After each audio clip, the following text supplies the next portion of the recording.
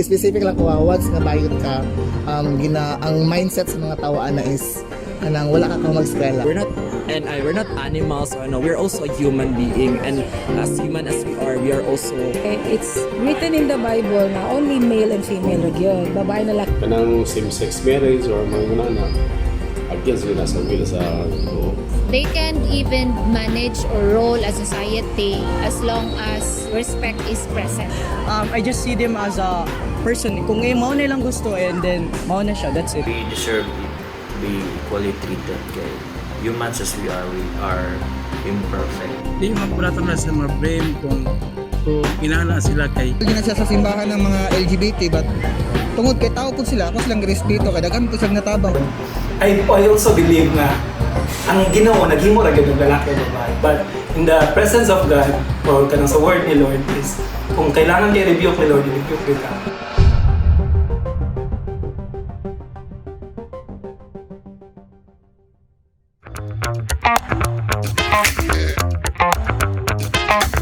Good day, ma'am. Ako dahil senior siya Madiri, ma'am, from Rutherford. So, before ang tanan, kung wadanon ka, ma'am, sa inyong name? Ma'am Jane Paglinawan, Arts and Design teacher and SPA music teacher. May I ask for your name? My name is James Magsayo Umilig Jr. Basta na yung pangalan? Ako si Mikhail Christian Gisan. So, ang first question nato, ma'am, is unsa ang mga challenges, ma'am, na imong naga-face being part of the LGBTQ community? Challenges, dagan kay siya pero very specific lang, very common is kanang acceptance with the society, with the community, and also kanabitang discrimination, how to deal with discrimination from this community or society. First case, family, of course, ang family nako kay they don't like nga kanabitang kanang bayot. And then more likely kanang na ay limitation ako mga gipang buhat ba. So for example kanang di ko pwede mo kuyog sa mga friends nga daghan ko mga friends mga part of the LGBT, then more likely mukuyog ko sa ila murag afraid ko nga mahibaw sa akong parents nga I'm part of the LGBT, pero during that time katong namagod kay friends nga iyang father kay principal, and then nagstorya sa akong parent, and then during that time murag hinay-hinay na accept nila nga I'm part, pero naa sila ginasulti sa ako nga during mahadlok man gud sila na during the time nga mulaka ko sa moang community nabit ginabuli ko, hadlok ko nga mo go out sa akong family because professional ko and teacher ko, then di sila gusto may tabo nga pakaulawan ko in front of many people. So no, first in this society very ano na jud ang mga issues and challenges, especially very open na jud ang ano. So maybe ang isa jud sa mga challenges nga ma-face nato kay ang mga stereotypings. I've been a student leader since grade 7, and I can really justify that I've experienced stereotyping, especially when it comes to running a position in this student governing council. Like dili ka entitled because you are a member of that, dili ka firm as men, and as kanang emotionally strong for women, and in that it's really crucial to reflect na mara ka nang maka self doubt ka nga kaning I'm capable ba jud ko to run in this kind of position or to be in this organization. So in that mo jud na siya mga challenging na ako mga na-face when in this field of student council. So kung pangkaduha na itong question kay what are the usual misconceptions sa LGBT? Misconception with the LGBT community kay kuan kanang some of them kanang they would judge us na we don't have faith, we don't believe in God, tapos kanang we don't have the blessing from the Lord kasi nga we're involved with the same gender, kana siya complete. It's LGBTQ. Okay, more likely ang akong nakuan nga common misconception about the part sa mga taong LGBT community, kanabitang kanang they are not professional. Kay more likely, specific lang ko once nga bayot ka, ang mindset sa mga tao ana is kanang wala ka mag-eskwela. Pero they don't know nga naayuban ng mga tao nga nag-strive sila hard to do their kanang studies para mahimos lang professional, and then one time lang bitaw na mga kuyog, say for example sa ako nakukuyog ang mga friends nga part of the LGBT community, and then manglakaw mi sa usa ka lugar, and then kanang since na ako dito nga grupo, ilan ang gina-generalize nga part ko sa mga tao nga pwede na ako yaga-yagaan, and they don't know nga professional na ko. And then pero during the time nga naay makailas ako may dito yung sa katao nga na teacher ba na siya, so ito na dayon makabalo din sila nga once nanay-label imo ang pagkatao nga professional din na siya, dili na ka mayaga-yagaan. So in the kana siya nga pamaagi ka katubitong during the time nga mahadlok ako ang parents nga katubitong yaga-yagaan ko, muto katutok ko nag-focus ko sa eskwela for me para na ako'y income and in the next future, and then dili ko basta-basta mayagaan sa mga tao. Okay. So, ang mga common jud nga mga misconception kay ang LGBTQIA+ community is a disease. Like kanang mahawa, example kung mag close contact to or like ma-appeal ka sa social group sa isa ka LGBTQIA+ kay mahawaan na dayon ka, but LGBTQIA+ community is really about your gender identity, your expression in when it comes to because sex and gender is really different from each other. Sex is biological and gender is about your stand or your identity in this society. So it's really about self-expression than a disease that kanang makahawa. Kuan no kanang kabalo man ta regarding aning sa kuan siya karon kanang topic siya karon sa community nato about sa separate bathroom para sa ato ang LGBT brothers and sisters, and kuan ma'am kanang agree ba ka ani nga kanang dapat sila nasa separate bathroom? Actually, I am 50-50 kay kasi it's written in the Bible nga only male and female ra gyud, babae na lalaki gyud. No matter what gender ang imuhang preference. Then the other half is I empathize with the rest of the LGBT community, especially ang mga gays, kay ang discrimination sa ila is lisod kaayo. Gina-discriminate sila tapos gina-abuse sexually with the especially isa ra sila ang bathroom. So 50-50 ko ana na sense. Okay, so more likely no kana siya mga question kay sige na siya gawa sa pageant, no? Gina-answer na ni Katuyong na grade ay sa katong gi-answer na Katuyong na grade, nag-answer na. And then for me, depende siguro no sa kuan sa kay for me lang ha, di ko mong nga separate because we are created by God nga laki lagi babae. Pero karon manggod in today's generation, maglisod na ta og identify kinsa ang bae og laki kay natagitawag na mag-change og sex organ. So ang laki pwede na mabae, pero in that way manggod pod before ha sa akong one nga dili gyud siya pwede ma-separate, pero karon mas muuyo na lang ko i-separate. It is because parang tayo inclusivity. Ano bitang, say for example, ang laki manghihi sa isa ka CR, and then naay mo sulod nga babae ay nga part of the LGBT, and then masyak siya nga ni sulod mo siya diri. So for me na lang na siguro titled nga CR for the part of the LGBT nga mga people, kay para naa sila kana bitang inclusive nga area wherein dito sila pwede mag-CR. Kay yes, as what I have said kaganina, maglisod tag-identify kung kinsa ang bae, kinsa ang laki. And then, maybe in that kana siya nga situation, makakos na siya og gubot. Kay more likely, daghan mo mga tao gud nga kanabitang conservative nga wherein di sila mo allow nga magdungan sila CR, isa-isa ka CR. So, para mabungkag na siya nga issue, maghatag na lang tawag isa ka room, isa ka comfort room nga wherein exclusive na siya for the LGBT nga member. Okay. Thank you, sir. Thank you. For the last question, unsa na mga things nga imong ganahan ma-change sa current sa treat sa mga tao sa nga naa sa LGBTQ community?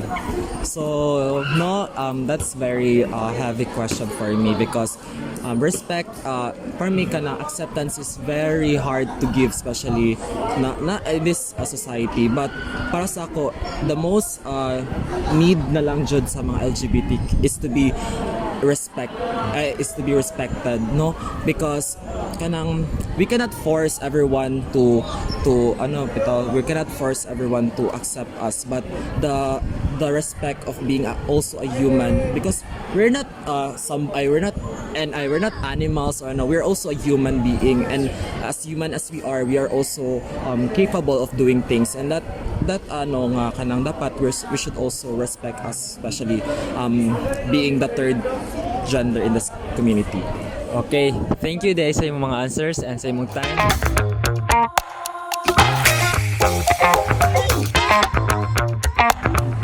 Yes, good afternoon, Casey. What can I do for you? Okay, ma'am. What is your stand or what is your opinion about LGBTQ? Okay, LGBTQ for me are still useful in our society. We should be gender sensitive, especially that we are now living in a modern world, and since we're living in a digital age or in a modern era, we need to consider and understand each other's culture, attitude, or characteristics, because all of us are still humans and we are came and created by God. LGBTQ people is mga gay na no? Lesbian, so mga normal lang sa society na mga sila exist, no? Dili man na nila kanyo na sala nila ngayon na sila, pero sa ako being a Christian, so okay man na siya yapon, basta dili lang ka mag do ka ng mga things nga dili mayo sa image sa Ginoo ba, no? Mag-stand lang ka sa kung unsa ka, pero to the extent nga kanang same-sex marriage or mga na against yun sa will sa Ginoo, sa ako alang opinion. The second question is, for you, ma'am, what is the contribution of LGBTQ in our society? I have friends who belong to LGBT and they have a lot of contributions in our society, despite of their being member of that club. LGBT has a big role, like for gays. They are creative, they are artistic, they can even manage or role a society as long as respect is present. Okay? The last question, ma'am. Do you agree, ma'am, that they should be treated equally as straight or normal individuals? Yes, I agree that the LGBT should be treated normal or equally, because like I said earlier, we are created in the image of God, and with God, we are all equal. Yes, they are tagaan dyan nato sila o kining equal treatment yun kay tao mo na sila, no? Tao na sila, nagyapon na sila right, although ngayon na sila, pero nagyapon na sila kay tao mo na sila.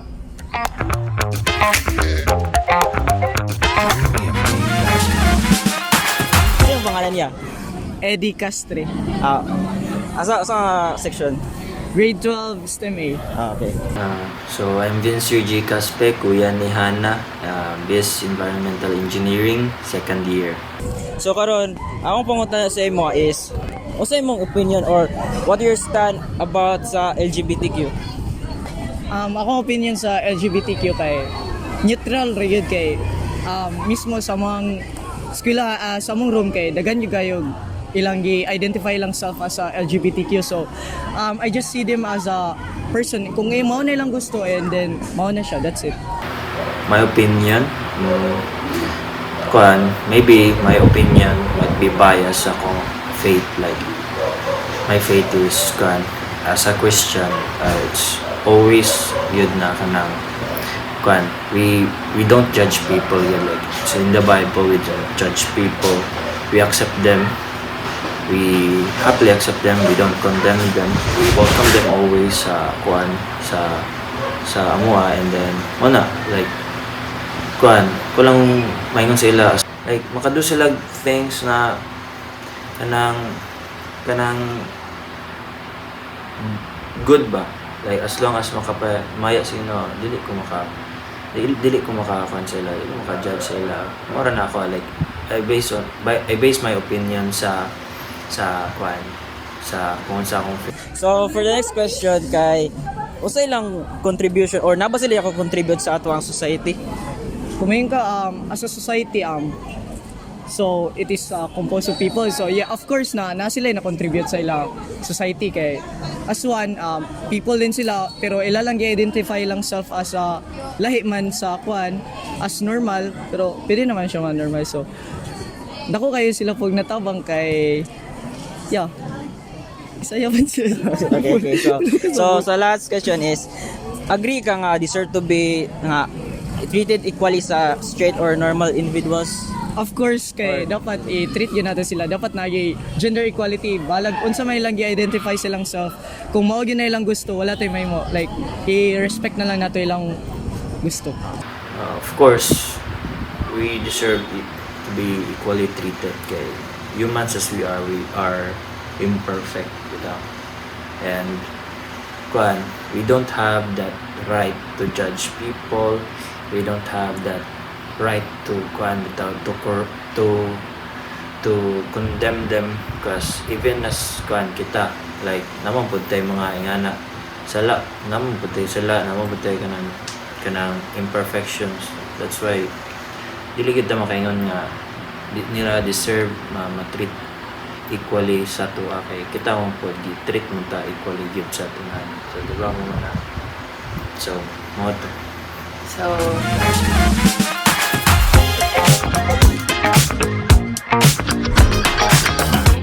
ako first question is, unsa imong opinion sa mga members sa LGBTQ? Ang opinion ko sa LGBTQ, di man po natin na sa mga blame kung inana sila kay ang tao we born equal man, di ba? Ang kaya po sila, wala po na natuyo nga, may nana po na sila. Nga, ilan nang gituyo nga, ilang feelings sa between sa man and women, no? So, sa ko walay problema. Para sa ako kan man normal naman na sila kay kung sa emotional mongod sa tao, kung nataw ka sa kalibutan, kung mo na imong gusto, wala tay karapatan na mohadlang silang gusto. Kung silang gusto nga gusto man nila na ila na kay gusto man nila nga na sila sa LGBT. Okay, so ang next question kay sa imong pananaw, unsa na contribute nila sa atong community? Daghan sila natabang, especially kasagara sa mga youth nako kauban sa katedral, mga LGBT sila. Mo-respect ko sa ila ha. Bisan pag sa church bawal din na siya sa simbahan ng mga LGBT, but tungod kay tao pud sila, ako silang respeto kay daghan pud silang natabang pareha ng kasagara mga mga LGBT na sila mga organization.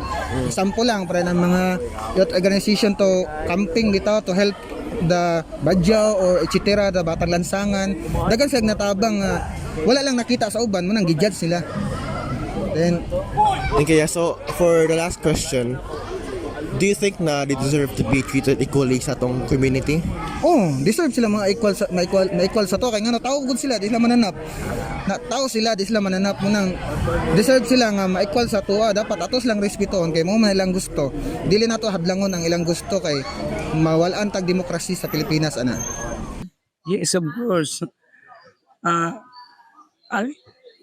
If the LGBTQ doon na si capacity nga mustand sila, like for example as a leader, so di nato siya i-discriminate, tao lang muna sila.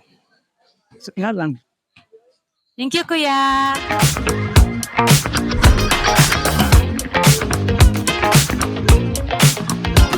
I'm Sai Elasan from Cagayan de Oro. So, ana ako yung ministry in Gia Iligan. So, every Sunday and weekly, no, Wednesday, kami mag-minister today. I'm Saldi Elasan from CDO. Kami ang galing karon sa siya at iligan para mag-assist, mag-minister sa mga tao. Hi, ako din si Jed. One of the leaders sa Cagayan de Oro. Jesus is Alive, Cagayan de Oro, and originally taga-Iligan ko. And one of the volunteers po direct sa Jesus is Alive, Iligan City. So thank you sa introduction. So first question is, what is your stand or what is your opinion about LGBTQ? So para sa kuha, right now it is very controversial topic kayong LGBTQ because there's a lot of people who is against on that, especially religious people. Okay, ang pagtuog yun when it comes to gender, duha ra gyud siya, lalaki o babae ra gyud. But for in this generation, daghan kayo no nga tinatawag nato kana community, gitawag sila LGBTQ. Para sa kuha, akong stance, paraan na is I believe po nga napoy freedom ang mga tao to choose kung sila gusto. Dili mo sila wala po against sa ilaha. Dili ko against kung inuna ang ilang feelings as long as they're not doing bad things. But in the perspective of religion, kay of course kita wala man tanit na base lang sa tuwang kanang unsang ginaingon sa community, no? We have also principles gikan sa Ginoo. And para sa kuha, dili ko gusto maka-offend para sa ubang tao. I respect sa ilang mga choices, unsa pa sila kung sa clothes, unsa ba na I respect them. But in the perspective of kanang sa religion or para sa kuha po, I also believe nga ang Ginoo naghimo ra gyud og lalaki o babae. Okay.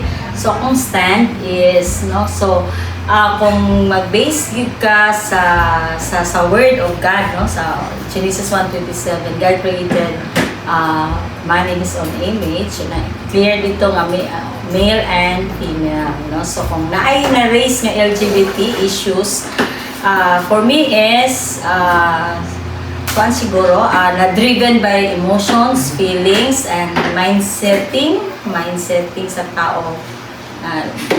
The way they think nga na ilahang actions, pero clear tayo on isulti sa Bible, no, male and female. So next pass is, guys, so kaulman nga Philippines is a Christian country. Related ra gini sa first question, in favor ba mo nga ma-implement ang same-sex marriage diary sa Philippines or no? Kung saan anak, watong panahon sa typical view, kung rin ang i-order sa Ginoo, no? Men and woman. No? So, wala gina siya mention diha na male and male or female and female, but male and female. So, ihuusa na sa siya Diyos para mahimong magka-unite. So, sa akong lugar, so, siguro, kanak siya na